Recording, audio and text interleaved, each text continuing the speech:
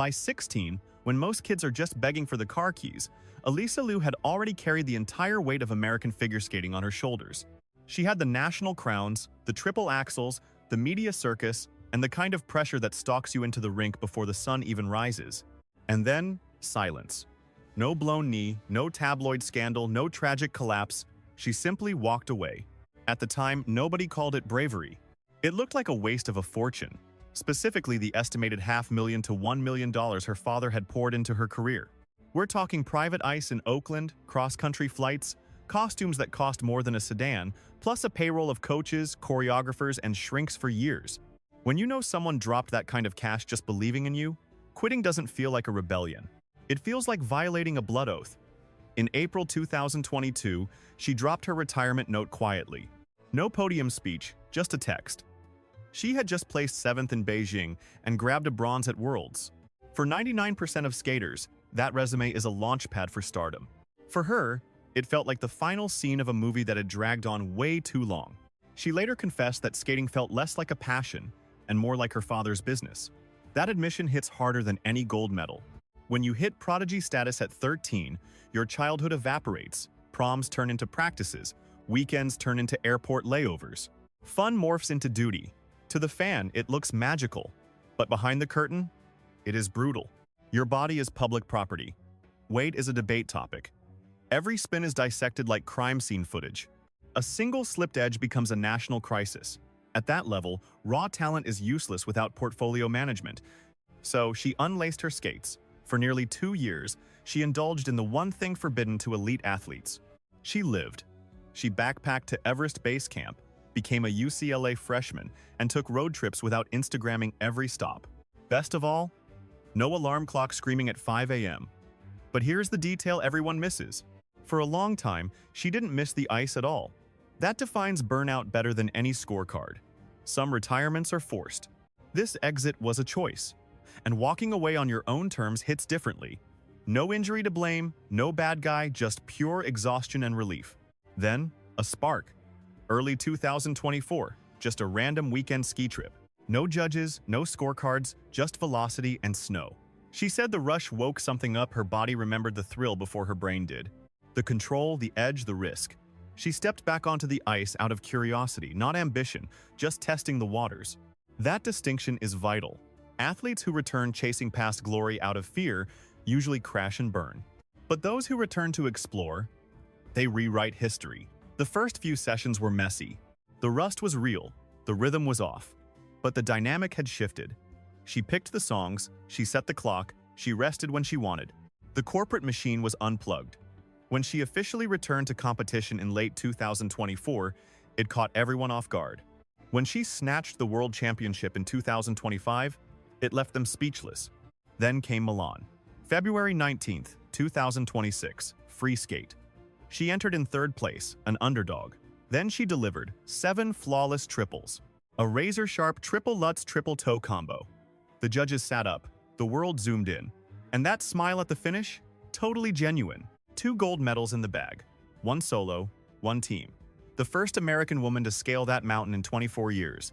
Now the chatter turns to finance. It always does. Pre-Milan, her net worth was pegged at a humble $500,000.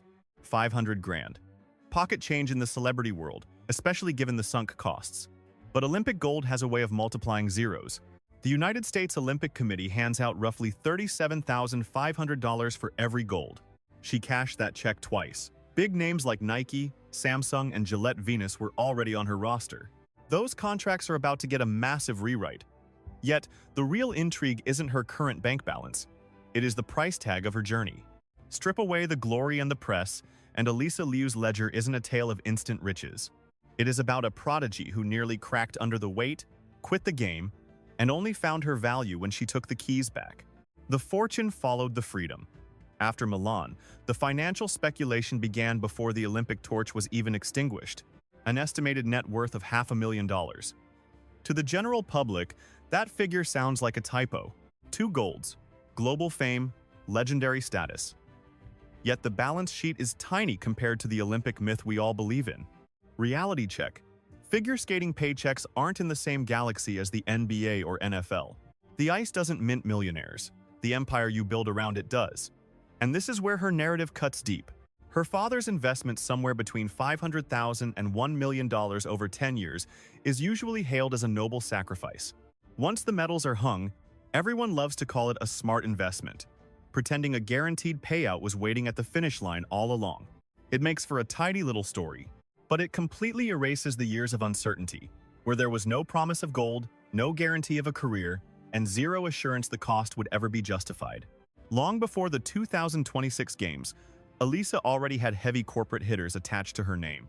Giants like Nike, Samsung, and Gillette Venus were publicly linked to her, deals built entirely on what she might become. She was young, marketable, and undeniably gifted, but she wasn't an Olympic champion. Brands will pay for potential, sure, but they cut a very different check for proof. That is why the night of February 19th, 2026 means more than just a few photos on a podium. She skated into the free program sitting in third place.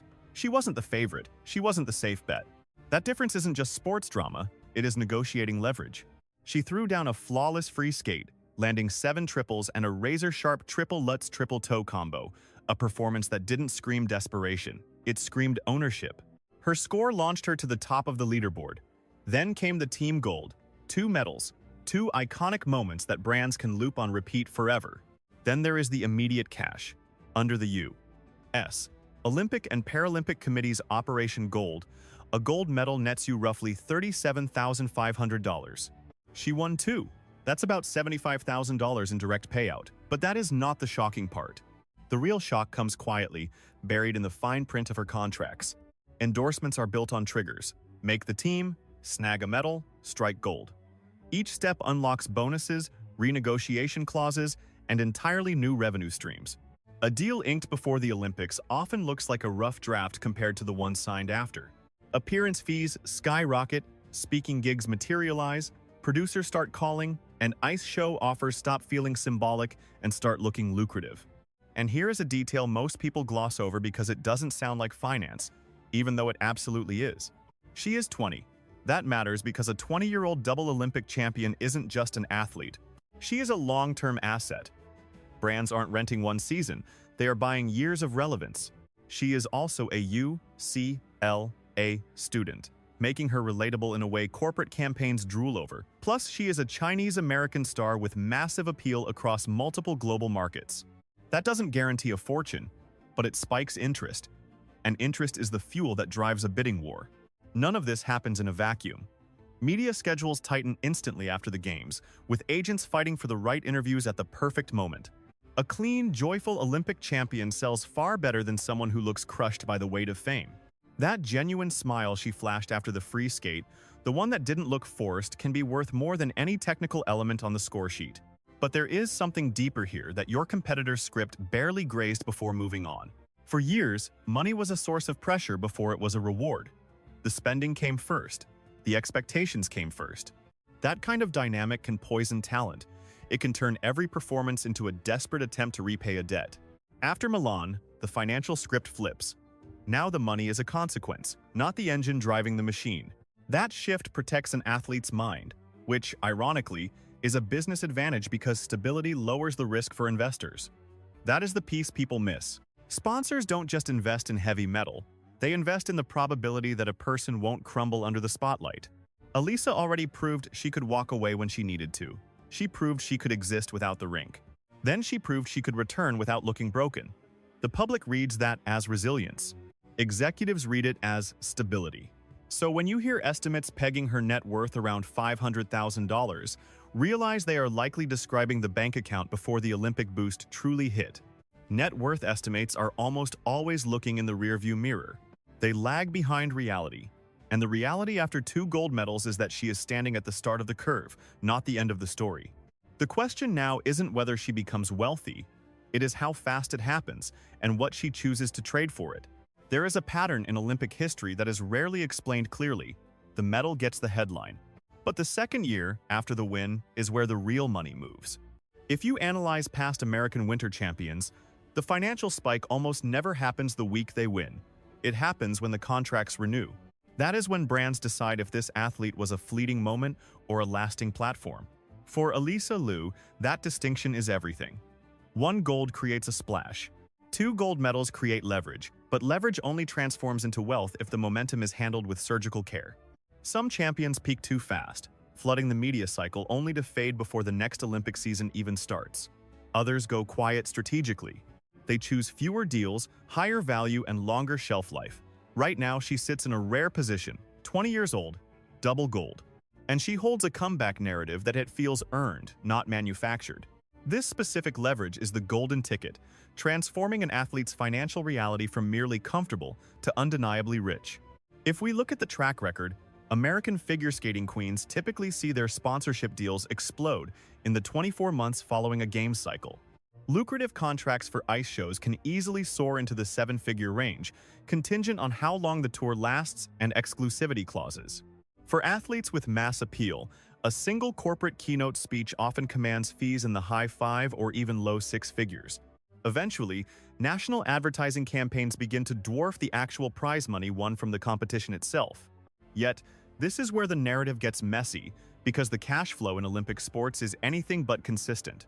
Success hinges on charisma, perfect timing, the cultural vibe, and having the discipline to turn down the wrong offers. The sports marketing landscape in 2026 is a different beast than 2 decades ago. Follower counts weigh almost as heavily as gold medals. Direct monetization of audience engagement is the new standard.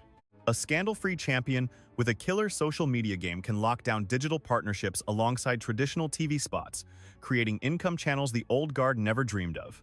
Alysa was already signed before landing in Milan, but once the games wrap, those contracts go back to the drawing board. Performance clauses kick in, and the negotiation leverage flips. A contender bargains on potential, but a winner bargains on results. An Olympic victor brings hard evidence to the table, driving up their price tag. Yet there is a deeper variable the public rarely notices. The issue of longevity dominates. Some stars cash in immediately after the closing ceremonies, only to see their earnings flatline. Others take the slow road, letting wealth compound by keeping their reputation pristine, no scandals, no public meltdowns, and no overexposure. This is precisely where her decision to retire at 16 years old suddenly carries new financial weight. Stepping off the ice back then shocked the sports world, with pundits arguing whether it was a mistake or an act of emotional self-preservation. From a branding standpoint, however, that hiatus achieved something rare. It gave her story actual depth. She isn't simply the gifted child anymore. She is the prodigy who walked away and returned on her own terms. That nuance prevents her from being boxed in, unlike one-dimensional athletes who become impossible to sell once the initial hype evaporates. A complex narrative keeps people watching, and eyeballs equate to dollars, especially when you factor in the international angle. As a Chinese-American Olympic gold medalist, she wields massive crossover appeal. Global corporations pay a premium for faces that work in multiple territories, particularly in Asian markets where figure skating fandom remains fervent. Despite the advantages, financial growth is never a sure thing. The quickest way to kill earning potential is being everywhere while winning nothing. If her skating suffers post-gold, sponsors will cool off. When the crowd stops caring, the paychecks stop growing.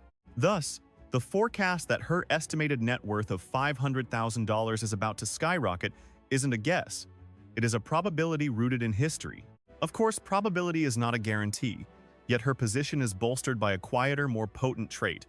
She displays zero desperation for fame, unlike athletes who grab every check and inadvertently signal insecurity.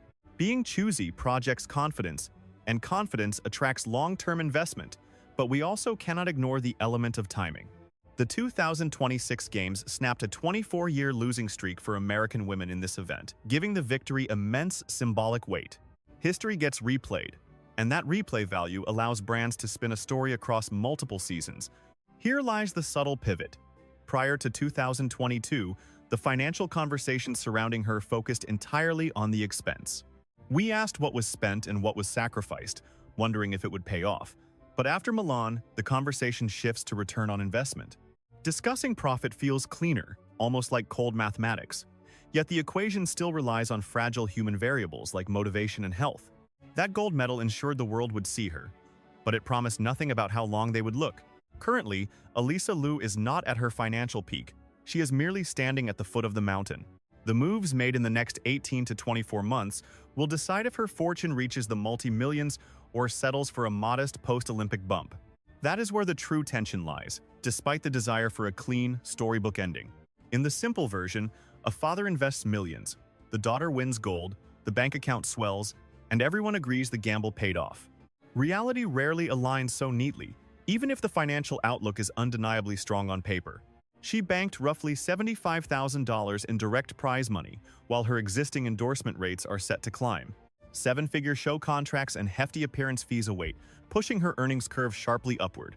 Yet, forecasts are not cash in hand, and timing remains the ultimate arbiter. The post-games chaos is deafening, flashing cameras, media blitzes, and high-stakes boardroom deals, and it is dangerously easy for an athlete to get lost in the noise. It looks like forward motion, but often it creates nothing but static. The burning question isn't about her paycheck in February 2026. It is about the moves she decides to make when 2027 rolls around. The archives of solo sports tell a fascinating tale about gold medalists. Year 1 is a hurricane. Year 2 is where the real character shows up. A few disappear, others transform, and some build a new identity past the podium. Alysa Liu proved she has the guts to leave her entire world behind. From a business standpoint, you cannot put a price tag on that kind of power. Quitting once alters the DNA of every future deal. There is a massive gap between desperate for cash and wondering if the cash is even worth the trouble. You will not see that distinction in the papers, but you will see it in how long she stays in the game. Then there is the ghost in the machine. Retiring at 16, she admitted the ice felt less like a sport and more like someone else's startup. That sentiment didn't vanish into thin air, it just lowered its voice. Post-Milan, the narrative shifted to euphoria. That genuine grin, the autonomy of showing up. Her posture screamed ease. No terror in her gaze during the skate of her life. Corporate sponsors pick up on that vibe. Crowds feel it too, even if they cannot quite put it into words. Yet, happiness is brittle in the big leagues. Sponsorships come with strings. Strings turn into calendars. Calendars breed exhaustion. And exhaustion starts to look a lot like the prison she broke out of in 2022. There are no promises here. The richest icons in Olympic history didn't get there just by being unbeatable athletes. They rely on steady nerves, mass appeal, zero scandals, and playing the long game. Currently, the ball is in her court. A 20-year-old holding 2 golds is breathing stratospheric air. She shattered a 24-year dry spell for American ladies on the solo podium. You can bet marketing teams will hammer that specific stat into decks for ages. However, trophies tarnish, fans get bored, and fresh talent rises up. The one thing that lasts is how she navigates the sequel.